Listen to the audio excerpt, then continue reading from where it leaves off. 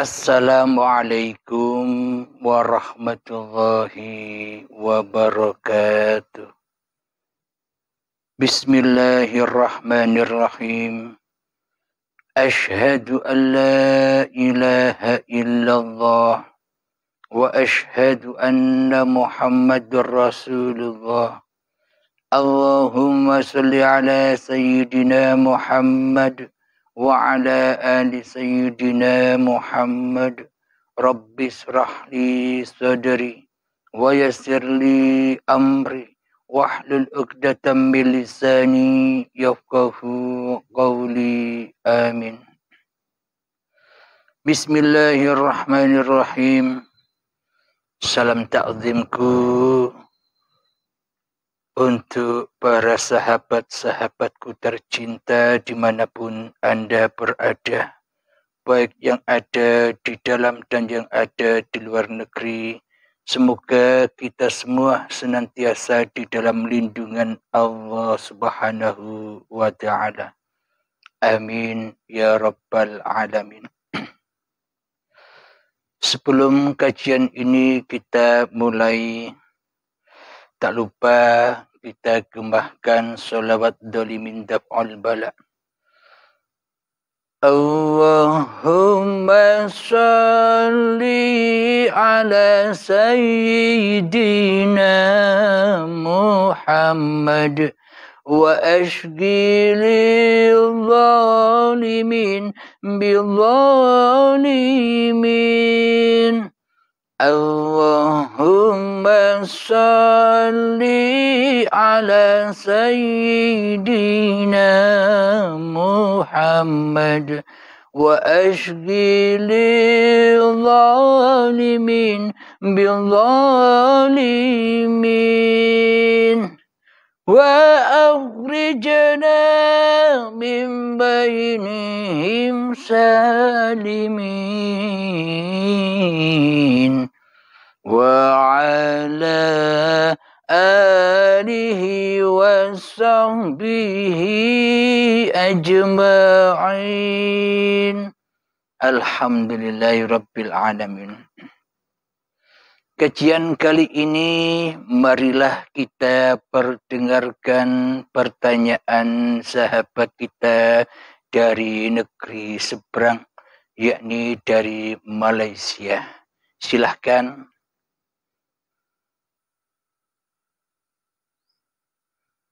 Assalamualaikum warahmatullahi wabarakatuh. Yang dimuliakan Kang Mas Abdul Halim, saya Muhammad dari Malaysia. Maaf ya Kang Mas, saya ingin bertanya dan mohon pencerahan daripada Kang Mas. Apakah yang dimaksudkan dengan tauhid zat, tauhid sifat, tauhid asma dan tauhid af'al, dan bagaimanakah kita hendak mengamalkannya di dalam kehidupan kita? Terima kasih Kang Mas. Wassalamualaikum warahmatullahi wabarakatuh. Waalaikumsalam warahmatullahi wabarakatuh. Alhamdulillahirabbil alamin. Pertanyaannya adalah bagaimana cara mengaplikasikan di dalam diri tauhid zat, tauhid asma, tauhid af'al, dan tauhid sifat. Zat, sifat, asma, af'al. Ditauhidkan bagaimana caranya. Alhamdulillahirabbil alamin. Selama ini di dalam pengkajian tentang babagan ilmu hakikat dan ma'rifat atau ilmu tauhid, yakni kita di situ diutus mengenal kepada zat, kepada sifat, kepada asma, dan kepada af'al. Alhamdulillahi Rabbil Alamin. Dzatullah, sifatullah, asma'ullah, af'alullah. Dzatullah, sifatullah, asma'ullah, af'alullah. Bismillahirrahmanirrahim. Mengenal Zatullah, siapa zatnya Allah itu. Bila di dalam hati kita masih kewujudan zat diri manusia kita yang merasa wujud, zat diri manusia kita yang merasa hidup, zat diri manusia kita yang merasa berkuasa, dan zat diri manusia kita yang merasa punya kehendak dan daya upaya, maka selamanya kita hanya mengkaji dan mengkaji secara teori saja. Semua itu hanya teori saja. Yakni kita membahas tentang zat, sifat, asma, dan af'al. Semuanya hanya teori saja. Bila di dalam hati kita masih kewujudan diri manusianya, pasti bingung. Banyak pembahasannya. Puluhan tahun belum selesai-selesai. Apalagi mengenal Allah Subhanahu wa ta'ala. Pelajaran teorinya saja belum selesai. Teorinya saja belum difahami, apalagi untuk mengaplikasikan teori itu. Alhamdulillahirabbil alamin, untuk mengetahui zatullah, sifatullah, asma'ullah, af'alullah, maka perlulah manusianya ya kembali kepada diri manusianya. Maknanya awaluddin ma'rifatullah. Awal suatu agama itu yaitu mengenal Allah. Bagaimana caranya kita mengenal Allah? Ya harus mengenali siapa diri kita sejatinya. Yakni melewati pintu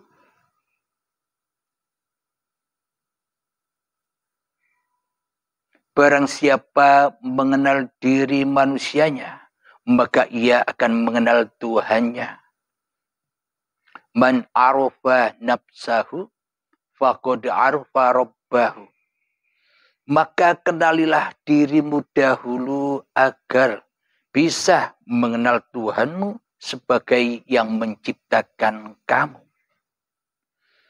Bismillahirrahmanirrahim.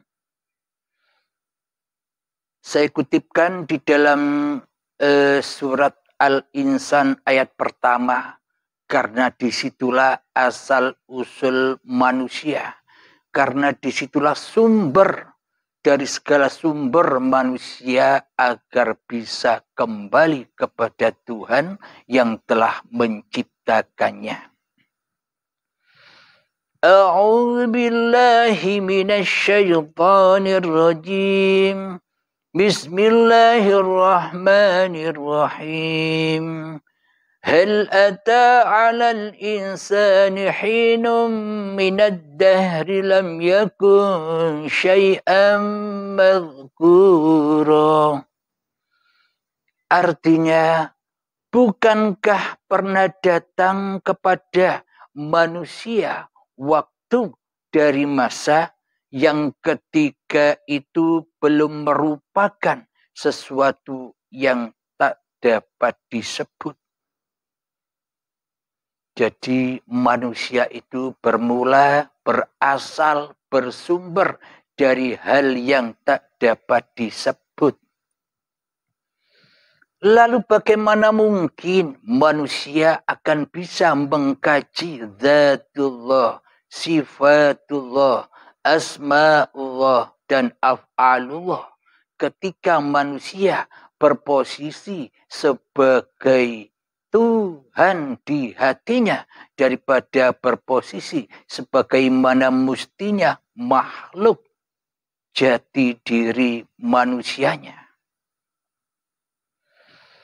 Bagaimana mungkin manusia bisa mengkaji zatullah, sifatullah, asma'ullah, af'alullah ketika di dalam hati manusianya masih berposisi sebagai sang pencipta, masih berposisi berkuasa atas zat manusianya, berposisi sebagai pencipta atas sifat manusianya, berposisi sebagai pencipta atas asma manusianya, dan berposisi sebagai pencipta af'al manusianya di hatinya. Jadi manakah mungkin kita bisa mengkaji, mengurai, membahas tentang zat, sifat, asma, dan af'al, sementara selama ini di dalam hati kita yang merasa memiliki, yang merasa menguasai zat, sifat, asma, dan af'al itu hawa nafsu kita sendiri. Kita merasa bahwa zat diri manusia ini adalah zatku. Kita merasa sifat diri manusia ini adalah sifatku. Kita merasa asma diri manusia kita ini asmaku. Kita merasa af'al diri manusia kita ini sebagai af'alku di hatiku. Maka semua pembahasan tentang zatullah, sifatullah, asma'ullah, dan af'alullah itu hanyalah teori belaka. Hanyalah angen-angen wae. Selamanya takkan pernah bisa teraplikasi meskipun ajal menjemput kita nanti. Semuanya takkan pernah kita pahami bila kita tidak mati sebelum mati. Bila kita tidak kembali kepada Allah sebelum kita dikembalikan. Maknanya untuk mengaplikasikan itu semua lewat pintu taubat dan baiat. Alhamdulillahirrabbilalamin. Jadi belajarlah dan belajarlah semedi, belajarlah dan belajarlah tafakur, berzuhud, khalwat di masing-masing hati kita sendiri-sendiri. Maknanya kembalilah ke hakikat jati diri manusia kita yang tak ada, yang tak wujud, yang tak hidup, yang tak berkuasa sedikit pun walaupun sebiji darah. Maka bila kita bisa kembali kepada asal usul kejadian kita, maka kita di sana bertemu dengan ayat Al-Insan, surat Al-Insan ayat pertama.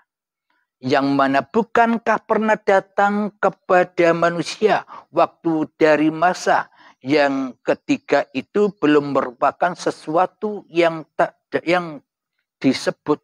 Jadi manusia takkan pernah bisa menyebut bahwa dirinya adalah manusia.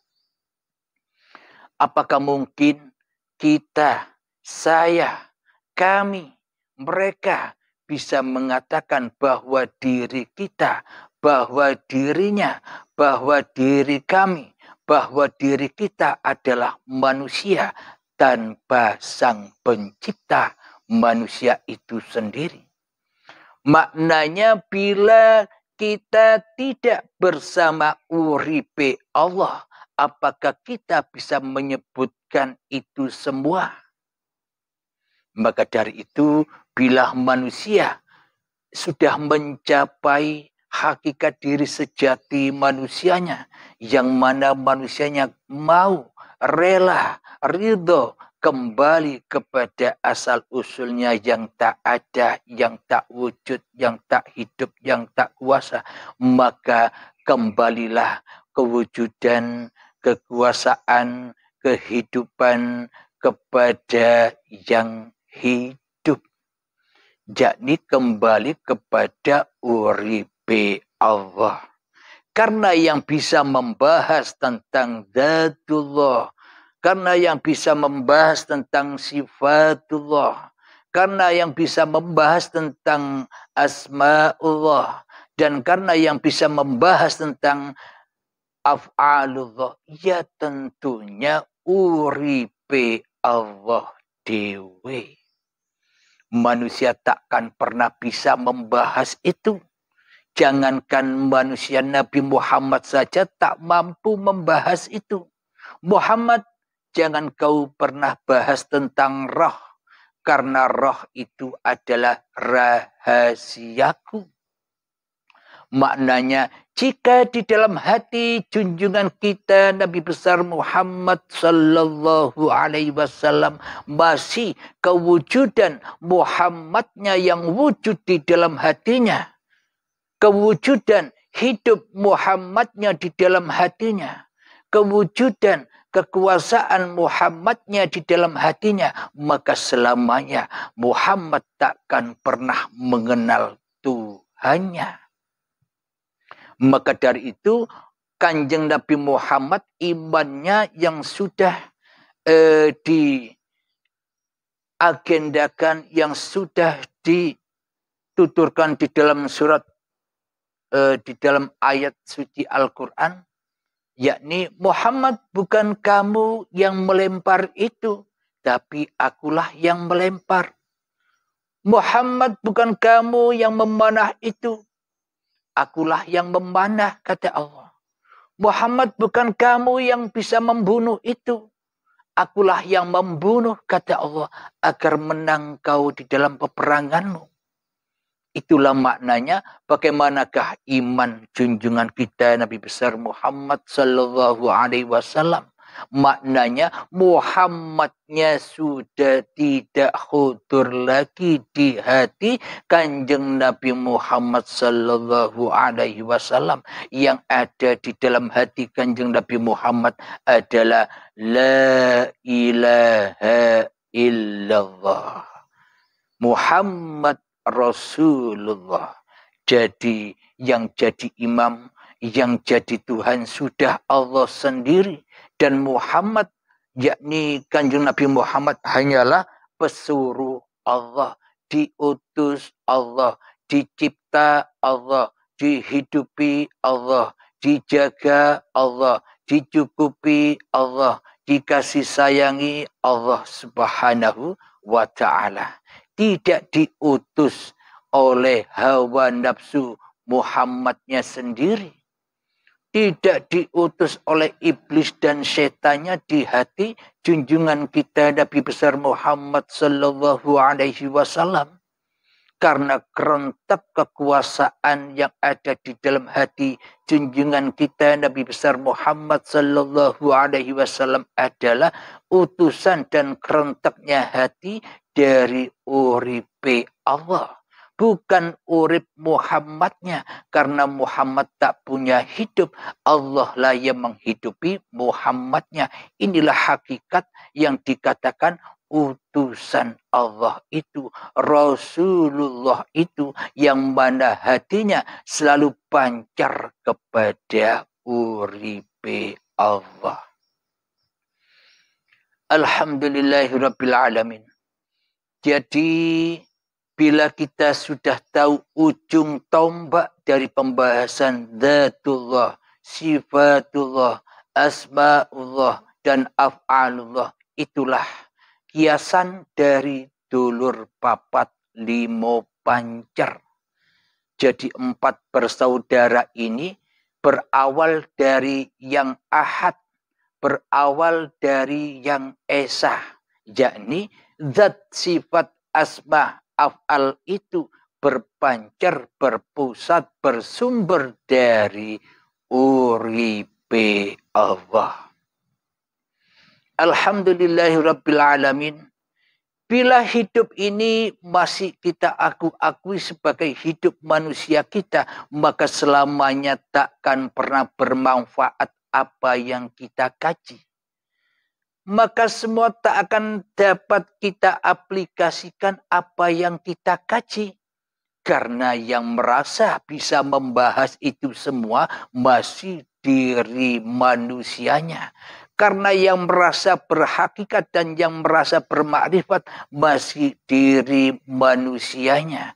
Maka semua hanyalah teori belaka, hanyalah ilusi saja, hanyalah angan-angan belaka dan hanyalah fata morgana saja. Alhamdulillahirabbil alamin. Dulu awal-awal ketika kajian Uripe Allah sekitar 5 tahun yang lalu, saya unggah di WA, di grup-grup WA, saya unggah di YouTube, saya unggah di Facebook karena YouTube masih baru umur 1,5 tahun. Jadi 5 tahun yang lalu sebelum saya kaji di YouTube, mengkajinya lewat Facebook atau lewat grup-grup WA. Dulu sering beberapa tuan guru menjabri saya. Wahai sobat, yang kau bahas selama ini uripe Allah atau hayatullah itu hanyalah sifat. Bukan zatnya, itu hanya sifat. Kamu teruslah berjalan menuju zatnya. Begitulah rata-rata apa yang dijabrikan oleh tuan-tuan guru di luar sana kepada saya waktu itu. Sekitar 5 tahun yang lalu. Kemudian saya menjawab begini. Dzatullah, sifatullah, asma'ullah, af'alullah. Bila Anda tak hidup, bila tak ada uripe Allah, apakah bahasan tentang Dzatullah, sifatullah, asma'ullah, af'alullah akan ada? Coba bila saya tak hidup, coba bila Anda tak hidup, apa Anda bisa membahas tentang zat, sifat, asma, af'al? Apa Anda bisa membahas, mengkaji zat, sifat, asma, af'al bila tak ada uripe Allah? Lebih wujud mana antara uripe Allah dengan zat, sifat, asma, af'al yang kita kaji dan kaji bersama selama ini? Oh, berarti sumber dari segala sumber adanya zat, sifat, asma, af'al adalah uripe Allah dewe. Kepada pancarnya itulah kita harus mengaplikasikan. Jangan bahas lagi zat, sifat, asma, af'al. Karena itu cuman dulur papat 5 pancar. Hanya ganti nama saja. Zat itu ya hidup. Asma itu ya hidup. Sifat itu ya hidup. Af'al itu ya hidup. Bila tak ada hidup, bila tak ada uripe Allah, semua itu takkan pernah berlaku. Alhamdulillahirabbil alamin. Sekarang tergantung diri kita sendiri. Jadi zat, sifat, asma, af'al itu masih kita akui sebagai zat hidup kita, sebagai asma diri manusia kita, sebagai sifat diri manusia kita, dan sebagai af'al diri manusia kita di hati kita. Semua tergantung di dalamnya. Bila kita masih merasa menjadi sang pencipta, merasa sebagai sang penguasa, sebagai sang hidup di dalam diri kita, masih diri manusia kita, ya selamanya itu semua kajian gombal. Semua itu kajian dusta yang akan sia-sia belaka. Maka dari itu, untuk mengkaji itu semua harus iqra. Iqra, bacalah kitabmu. Apa kitab apa yang harus dibaca? Iqra bismi rabbikal ladzi khalaq. Bacalah kitabmu, bacalah dirimu dengan nama Tuhanmu yang telah menciptakan kamu. Jadi dengan apa kita membaca diri kita? Ya kita membaca diri kita dari asal-usul diri kita sendiri. Yang mana sudah diterangkan di dalam ayat di surat Al-Insan ayat pertama. Hal ata 'alal insani hinum minad dahri lam yakun syai'an madhkura. Bukankah pernah datang kepada manusia waktu itu dari masa yang ketika itu belum merupakan sesuatu yang disebut? Maka tiadakanlah diri manusiamu di hatimu. Maka tiadakanlah kewujudan diri manusiamu di hatimu. Maka tiadakanlah kehidupan manusiamu di hatimu. Maka tiadakanlah kekuasaan diri manusiamu di hatimu. Maka sudah dibaiat, setelah dimatikan kemanusiaannya, maka nyatalah semua itu. Kapan nyata semua itu? Ketika manusianya sudah tidak ada lagi. Maka nyatalah kewujudan Allah. Maka nyatalah zatnya Allah. Maka nyatalah sifat-sifatnya Allah, maka nyatalah asma-asmanya Allah, dan maka nyatalah af'al-af'alnya Allah yang ada pada setiap diri manusia. Alhamdulillahirrabbilalamin. Mungkin dengan sedikit jawaban ini bisa melegakan penanya yang dari Malaysia. Terkhususnya saya pribadi dan kita semua semoga bisa memahami paparan demi paparan ini. Alhamdulillahirrabbilalamin. Sebelum kita akhiri kajian ini, mari bersama membaca salawat salim dzalimin daf'ul bala. Allahumma salli ala sayyidina Muhammad وأشغل الظالمين بالظالمين اللهم صل على سيدنا محمد وأشغل الظالمين بالظالمين وأخرجنا من بينهم سالمين